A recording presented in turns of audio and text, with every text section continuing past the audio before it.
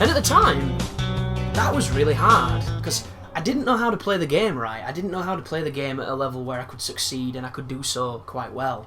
And it came with time, thanks to the Loom Chamber and the Translator, which are two sections that anybody who's beat that game will know of. Either they got really lucky and they never struggled, or they know exactly what I mean when I say the suffering is real. But even then, you can learn to get good at those parts, and like compared to the stuff that I was doing when I got back into Devil May Cry 3, because what happened to me is I played Devil May Cry 3 when it came out, it was hard, I had a ton of fun with it, and then I moved on to another game, because that's kind of how I was back then. But I got red lights on my 360, and it made me go back, and try and SS rank Dante Must Die, which is the hardest thing in gaming, in my eyes, and if you can do that shit, you're like a fucking monster who deserves to be worshipped. Because it's crazy difficult to do, and it's super impressive to watch, and I've tried to do it. I've done a lot of it. Like, my call to fame is I SS ranked Vergil on Dante Must Die on the very final mission, which... There's two blisters! There's two blisters! Oh yeah! That is amazing. I wonder how this is going to work. I'm going to stand still. Oh, they're attacking each other! That is so... Ow! That is so good. Look at him! Who's going to win, boys? Blitz one on the right. Does a right up and misses. Blitz on the left, standing still like a tit. Blitz on the... Oh, no, not me. Not me, boys. Go on, get him. Get him. Get him. Get him. He's there. Get him. He said your mum were fat. I heard him. Ow, that was bad.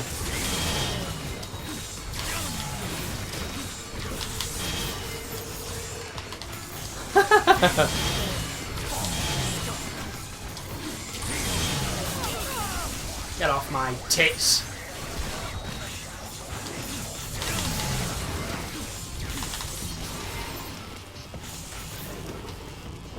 I wish if you didn't move, they didn't attack. I think that would be cool as shit, but it's just not how they work. They're definitely passiver, or more passive, which is probably a better way of saying that.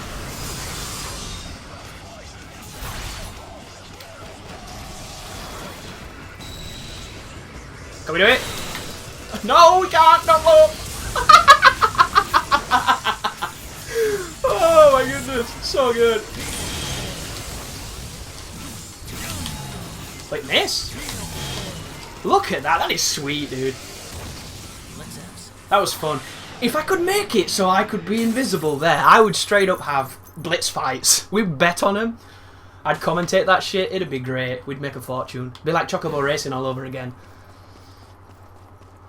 Oh, that was so sweet. I'd never expected there would be two there. That was the perfect opportunity for that. Decent arena, decent camera, and no bullshit. Just two blitzers doing what they do best, attacking each other, which I didn't even know they did that.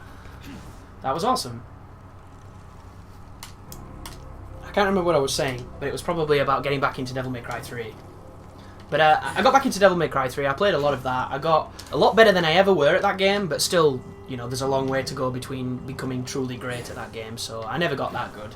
But I played it for a year, and I had a lot of fun doing it because I got all obsessed with learning advanced techniques and just, you know, trying to beast and what have you, and imitate a lot of the top level players at the time. So then when I came back to God of War, it was easy. And it was easy because I realised just how powerful the block was. And then I tried, you know, upgrade runs, and I tried Japan Plus runs and things. I discovered Shinobia's channel, and I was like, this guy's a fucking monster. And he was a monster, but unfortunately he's a monster who retired and went off to do other things. Hopefully he's safe and well and doing cool things.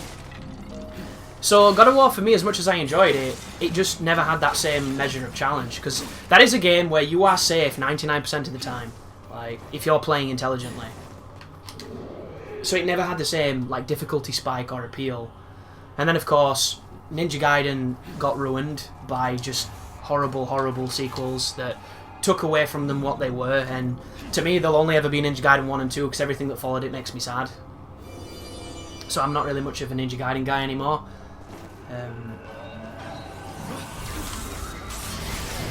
But I suppose to bring the story full circle, it changed... What is going on? It changed the way I approached so many games. Like a game like Beautiful Joe, which is really hard if you've ever played it. I had the fortitude to put up with how that game played because of playing these games, and they... What is happening? And it helped. And if I didn't have that trial by fire, I wouldn't have got as good at those other games.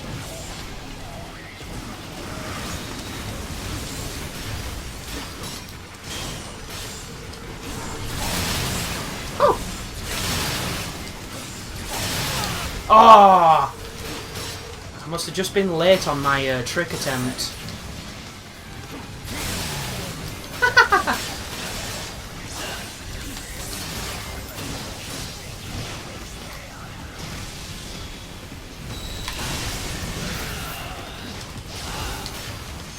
Oh no! Press the wrong button. Can I armor through that with kick 13? No. Well, yes, I can. You can armor through anything in Devil Trigger. That's kind of what Devil Trigger does.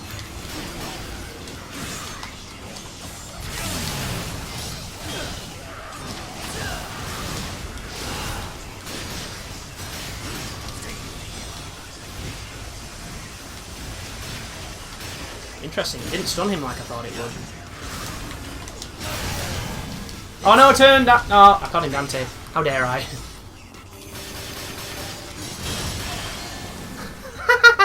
That's so funny. But then I got onto like Clover games and like really looking for them rather than just... I loved Beautiful Joe. And I'm like, what studio is this? They make so many good games, and that's what like made me look into the developers, and I found out who Shinji Mikami and Hideki Kamiya and a lot of those people were in the games that they had made. Unfortunately, I missed out on playing Okami, even though I hear great things. I have played it on an emulator, but I couldn't get it to run at the quality I wanted, and I had it on really high spec as well. It just emulator problems at certain areas just made it a little bit annoying. That was really slow. So I missed out on that one. But, of course, I got Bayonetta when it came out because I realised it was... They were advertising it as, you know, it's the spiritual successor to Devil May Cry from the guy who made Devil May Cry. Devil May Cry, Devil May Cry, like, all the time. So I knew that was going to be great, and it turned out to be probably my favourite character-driven action game because it has a really easy evade that rewards you with slow motion, and then everything else is just a more modernised version of this that's streamlined and made a little bit more easier, but still ruthlessly difficult if you want it to be. And I think that's the perfect balance. Whereas this game is ruthlessly difficult the entire fucking time, and you have to get to a level of skill, on that game, it is much more streamlined and relaxed for the players who don't want to put that time in. Is this wrong? I can't remember. I could be going the wrong way here, bear with me. And I played Bayonetta and what have you. And then that drove me to learning about Platinum and pushing their games. And then I discovered God Hand, which was a game I'd never even heard of, and all the controversy behind it. And I think what happens with these games is you get to a point where, because it's such a new system, but it's very similar to the systems that you're used to, so you come in with kind of these delusions of grandeur that you should be better than you are. Or you'll get better quicker than you do. Because you're like, I've played this stuff before, I should be really good. And then, of course, when you play it, and you realise it's not the same, it's not so simple. And then you go back to being that player who was struggling on Master Ninja on Ninja Gaiden, who couldn't beat Devil May Cry on normal, you know, who couldn't beat God of War on Titan when you finally got there and it got super crazy. Or the original game was God, wasn't it? If we're going to be particular.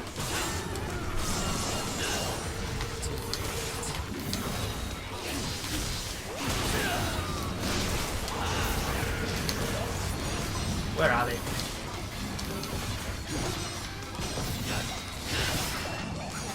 And what happens is, you play, you get better, it takes time, it depends, everybody's kind of different. And then eventually you transcend your previous self and you become a better player and the game gets easier. But the trials of that transcendence is really, really tough. And we forget just how hard it was to go through it for when someone's going through it, so it can be very easy to be unsympathetic.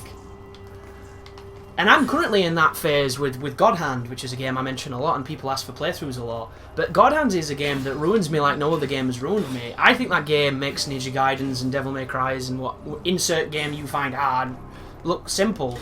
Because it's a game that at any given time, you can die in like 3 hits. regardless of how big your life is or what you're fighting. Like, the enemy that you fought in the first room of the game can do that kind of damage then, and the same kind of damage in the last room of the game. Like, it is wonderfully difficult. And everyone's like, oh, do a playthrough. It's like, I couldn't even do a fucking walkthrough, let alone a playthrough. That game is hard. But then there's other people who are super good at God Hand and like, yeah, it is hard, but you just do this and you just do this, and again, doing weird moves when I'm not wanting them. I'll live. But it's all because I haven't got to that point. Ow. And maybe in time, if I can ever get my PS3 back off Aiden, I can get to that point, and I can be one of those guys telling another person struggling that you'll get there eventually. But there's always the potential that you don't.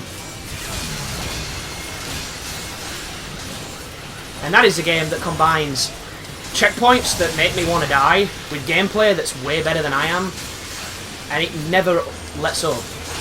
It's like, wow, this is fucking nuts. It's constant, is what I would say. And I think it would be a really accurate representation of that game. But it's the same test and it's the same tribulations as this game, or the ones that I've been mentioning. And I am eventually going to cover it because it's a fantastic game. But at the moment, I'm currently stuck on hard mode because the checkpoint is you've got to do a dozen fights without a checkpoint, and that is a game where any one of those enemies, and they're coming at me in teams of 4 and sometimes more, is capable of killing me, and I refuse to do the like punch flick, punch flick, punch flick, punch flick, punch flick, and do those like low moves that get under everything and stun lock people infinitely. Because I did that on a couple bosses, and it's super effective, but I don't feel like I'm getting better at the game. So every so often when I get to a point where I know I can't proceed, or I've got a really good run and there's one guy left and he could kill me, I'll do that. But I'm trying to only ever do the high sidekick cancels when it comes to stuff like that, because you feel like you earn them because they take time in. But for everything else, I'm trying to get good at ducking, at getting frame advantage, at knowing when to uppercut them so that you can do the follow-up and kick them into water and stuff, and just do some of the more advanced stuff that you need to do to survive. But yeah, that game is hard. That game's really hard. So if you're looking for an action game that's going to kick your ass for a very long time, and you're going to play it for a very long time if you get good at it, God Hand. It comes with my recommendation, ass-kicking recommendation, because it is a brutal game. But you can get real fucking good at it. And if you do, you have my respect, because that is a game that I don't know if I'll ever get good at it. I'm just trying my best when I played it earlier. Was it earlier this year or earlier last year? I can't remember. But that game is hard. Really, really hard. But it's got really fantastic music, and it's goofy as hell. And it's got one of the best combat systems ever. And as much as I think the camera's a pain in the ass, it's also perfect at times. So it's this interesting dichotomy of it works as well as it needs to work, and a lot of the limitations with it, outside of the moments where it is flat out kind of shitty, are generally player limitations. It's kind of like the reviewer. That's wrong, by the way. You need to hit the other spring to get out. Like, the people complaining about camera in God Hand are the ones who haven't put enough time into getting good with the camera, although I do think it is still not the best camera. And if you are that camera person, you kind of like that reviewer that said that drawing the Unites on Wonderful 101 just doesn't work sometimes, which is true until you get to a skill level where you're better at drawing them and you understand your own personal shortcuts to get them to come out every time. Which, that's another game that is pretty damn challenging and fun while it's challenging, so the best kind of challenge if you ask me.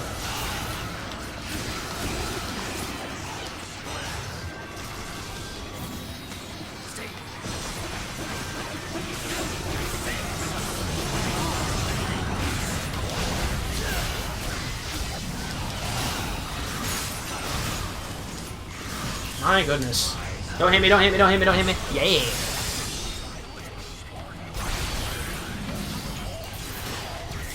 And then, of course, we've got Scalebound coming from Hideki Kamiya, which I'm really excited for because It's essentially the first next generation real action game by a man who was one of the progenitors of the genre. Like, I always say the same thing when it comes to Devil May Cry. Even if you love it, even if you hate it, you have to respect it because it started the genre. Started my favourite genre. And it's like a lot of games like that.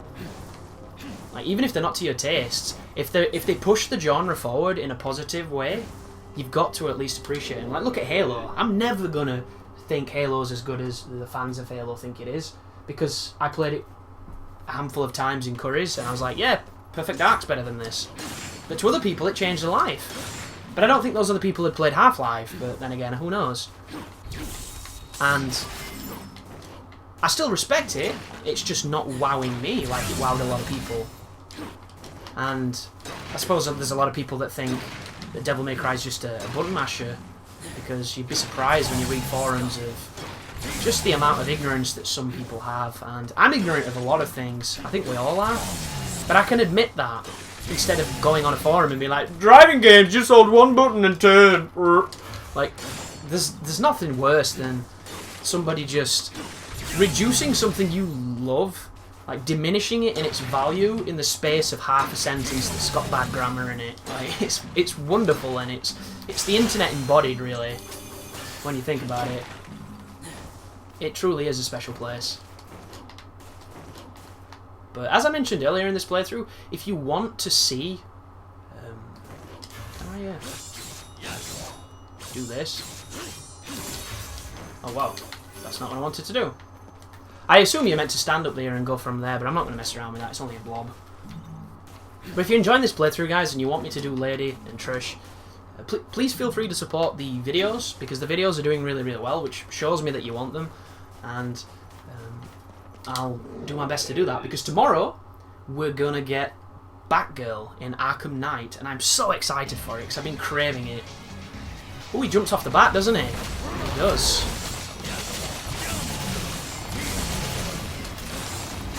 You see that? Interrupted his jump! That move is so OP. Ow. Thank you so much, you asshole. Can we do this? That was bad timing.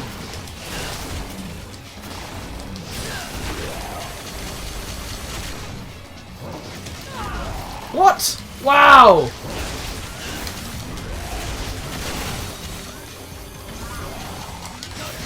Does this work?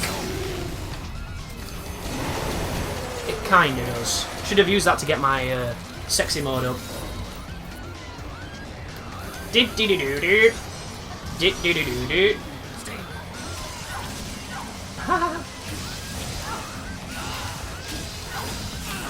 Ow.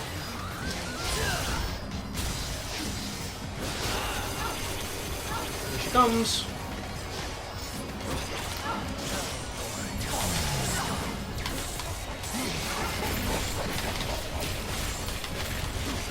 Here he comes.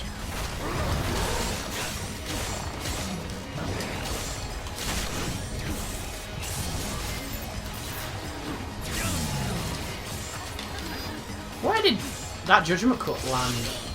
That was weird. They keep dodging my ability to cancel out of that move, so I'm not going to do it. I'm going to try this. This seems to...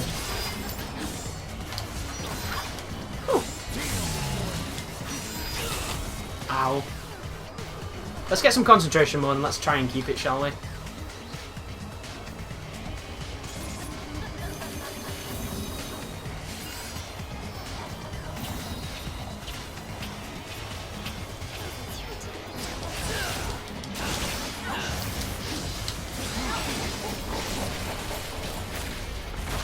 it comes.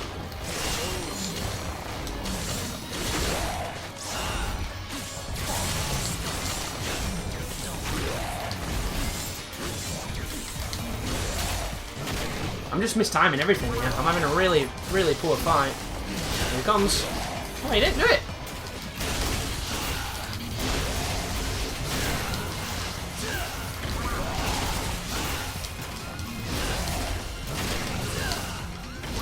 I can't believe how quickly you can chase him down.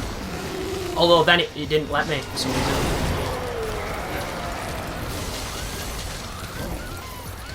I wonder if Judgment Cut's good against these little shits. That time I jumped because I pressed the wrong button. Whoa, it stretched her! That was cool as shit!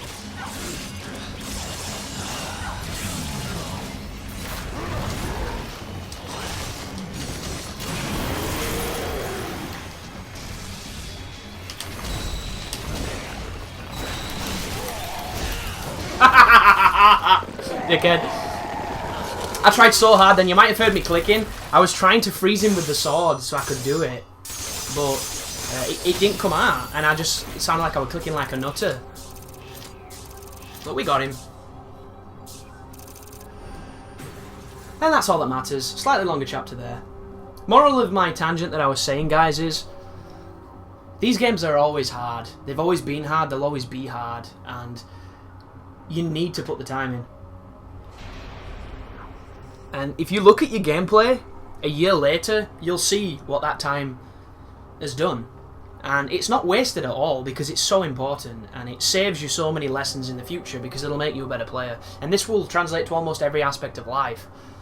Just life's a little bit easier and you get a little bit less fortunate in most scenarios.